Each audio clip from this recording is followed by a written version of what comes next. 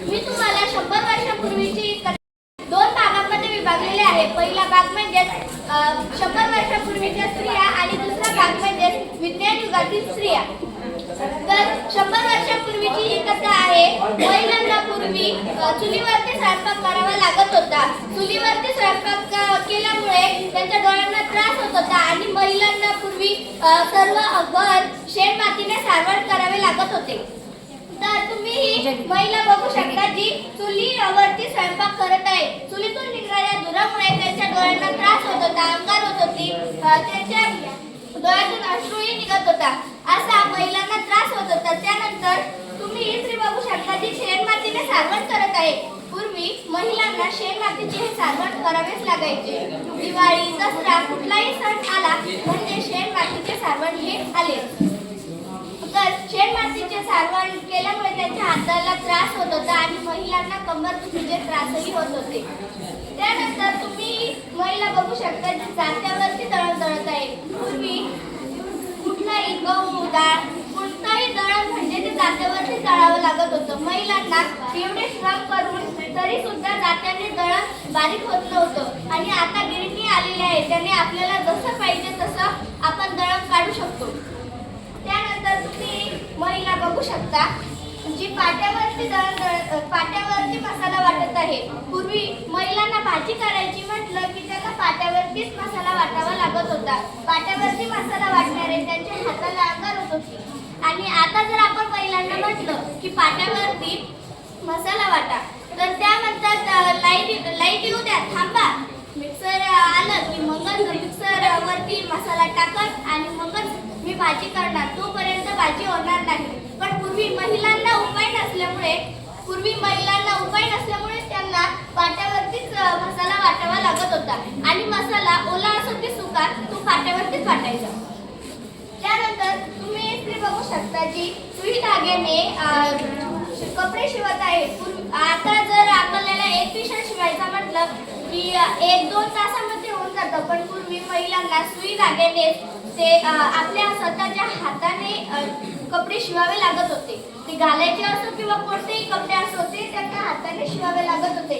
त्यामुळे महिलांना त्यांचे डोळे दुखायचे आणि बसून महिलांना कंबरदुखी असे त्रास होत होते.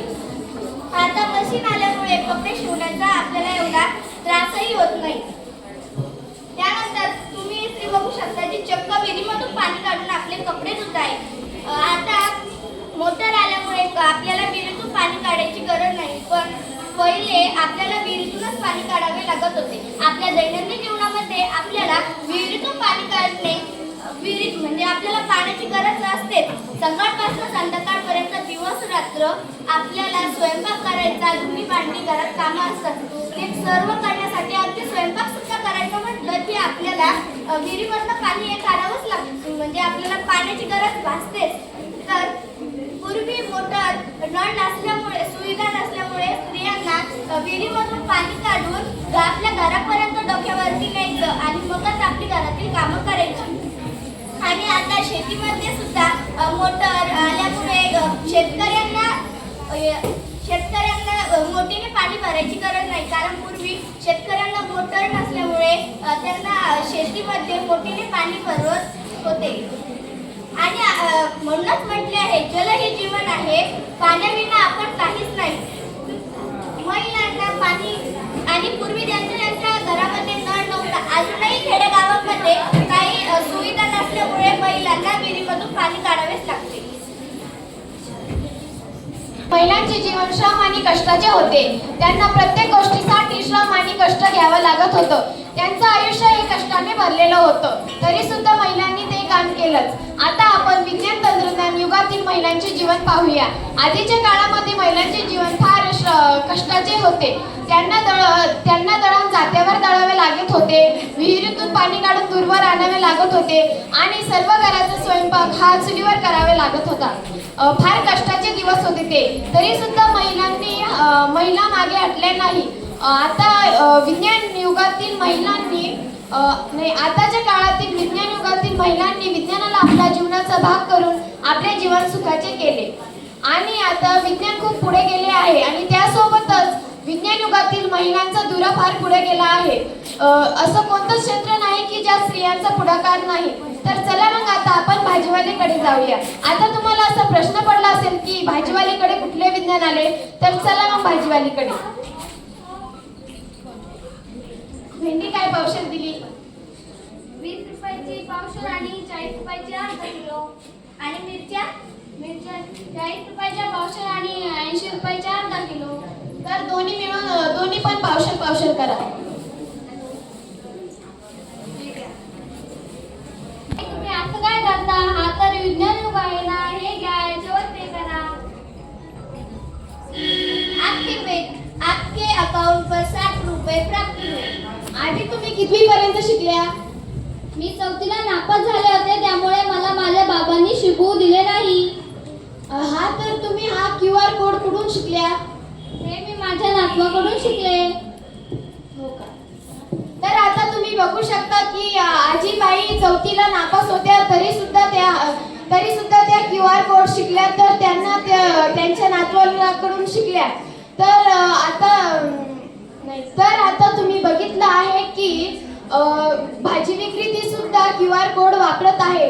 तरी ती नापास होती, 4थी नापास होती, तरी सुद्धा ती QR कोड वापरू शकते. तर आता तुमची तरुण पिढी नाही तर म्हाताऱ्यापासून ते लहान मुलापर्यंत QR योजना वापरली जाते. तर आता एखाद्या स्त्रीला जरी गाडी आणायची म्हटलं तर ती कुणाला जाऊन धडकेल सांगता येत नाही.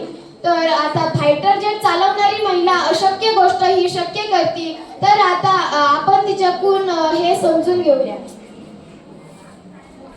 फायटर जेट, तुम्ही अशक्य गोष्ट ही शक्य करता आणि एखाद्या स्त्रीला जरी सायकल चालवायची म्हटली तर ती कुणाला जाऊन धडकेल सांगता येत नाही. तर तुम्ही अशक्य गोष्ट ही शक्य कशी केली? अशक्य गोष्ट शक्य करून दाखवण्याची ताकद ही विज्ञान आणि तंत्रज्ञानामध्ये आहे. त्यामुळे मी 8व्या वर्गात असतानाच पायलट होण्याचे स्वप्न पाहिले आणि ते आज साकार केले. 1000 फूट उंचीवरून आम्ही ज्या कवायती करतो ते बघून लोक आमच्याकडे आश्चर्याने पाहतात. याचा आम्हाला अभिमान वाटतो. मी एक महिला असून मला या सर्व गोष्टी विज्ञानामुळेच शक्य झालेल्या आहेत. धन्यवाद मॅडम, तुम्ही आम्हाला वेळात वेळ काढून ही माहिती सांगितली. आणखी थोडीशी माहिती सांगू शकाल? अन्वी चतुर्वेदी या भारताच्या पहिल्या महिला फायटर जेट होत्या. त्यांनी विदेशी भूमीवर लढून विमान उडवले. धन्यवाद. तर तुम्ही बघू शकता की फायटर जेट चालवणारी महिला हिने असं सिद्ध केलं की अशक्य गोष्ट ही शक्य विज्ञानामुळे झालेली आहे. तर आता आपण जाणार आहोत बँकेच्या अधिकारीकडे. नमस्कार मॅडम, मला माझ्या अकाउंटची KYC करायची होती. नमस्कार. हो, दाखवा तुमची कागदपत्रे.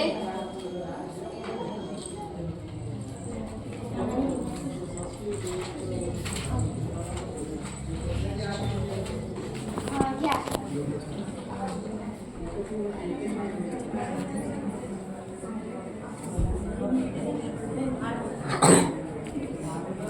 यामध्ये तरी मी टाकलेलीच नाही, तेवढी टाकून द्या बरं.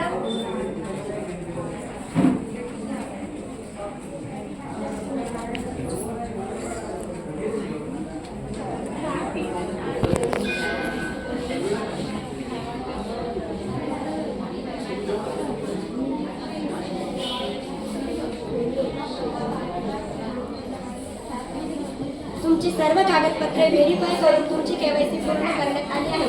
आता यानंतर मला परत बँकेमध्ये कधी यावं लागेल? आता तुम्हाला यापुढे बँकेत येण्याची गरज नाही, कारण तुम्ही आमच्या बँकेच्या ईमेलवर मेल करून तुम्ही तुमची समस्या मांडू शकता. धन्यवाद मॅडम, तुमचं खूप खूप धन्यवाद. यामध्ये धन्यवाद वगैरे काही नाही. आपण विज्ञान युगातील महिला आहोत. आपले जीवन सुखकर होईल. आता आपण जाणार आहोत वडापाववर. आता तुम्ही म्हणसाल की वडापाव अलीकडे कुठून विज्ञान आले? नमस्कार काकू, वडापाव कितीला दिला? एक वडापाव 20 रुपयाला. हा, तर द्या मग एक. हा घ्या. अरे पण माझ्याकडे तर सुट्टे पैसे नाही. तुमच्याकडे QR कोड सारखी एखादी योजना आहे का? नाही, माझ्याकडे अशी कोणतीही योजना नाही. परंतु तुम्ही मला माझ्या नंबरवर ट्रान्झॅक्शन त्याच्यावर तू पाठवू शकते. तर सांगा ना नंबर. नंबर 9876543221. तुमच्याजवळ मोबाईल करून बघा की पैसे आले की नाही. नाही, माझा मोबाईल आज घाईमध्ये घरीच विसरले. उशीर झाला होता म्हणून. मग तुम्हाला कसे कळेल की तुमच्या अकाउंटवर पैसे आले आहेत? तू मला जे पैसे पाठवशील ते मी ट्रान्झॅक्शन. हो, त्याच्यावर मी बघेल ना. तर आता तुम्ही बघू शकता की QR कोड सारखी योजना नाही, तर त्यांनी मोबाईलवर नुसता नंबर टाकला आणि पैसे पे झाले. तर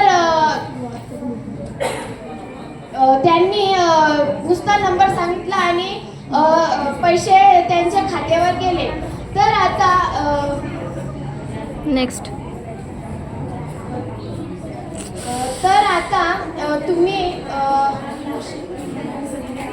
तर आता आपण जाणार आहोत एका इंटरव्ह्यू घेण्यासाठी एका मुलीकडे. Hi, for which your post do you applied? I have applied for clear post. Please show me your document. Sorry madam, I forgot my document. How can I verify your document? You can check my DigiLocker. I have saved my all documents. DigiLocker ही सेवा. डोळे उघडून बघा गड्यांनो, झापड लावू नका. डोळे उघडून बघा गड्यांनो, झापड लावू नका. जे दिसते ते असेच काय, हे दिसते ते तसेच काय. उलगडण्याला शिका.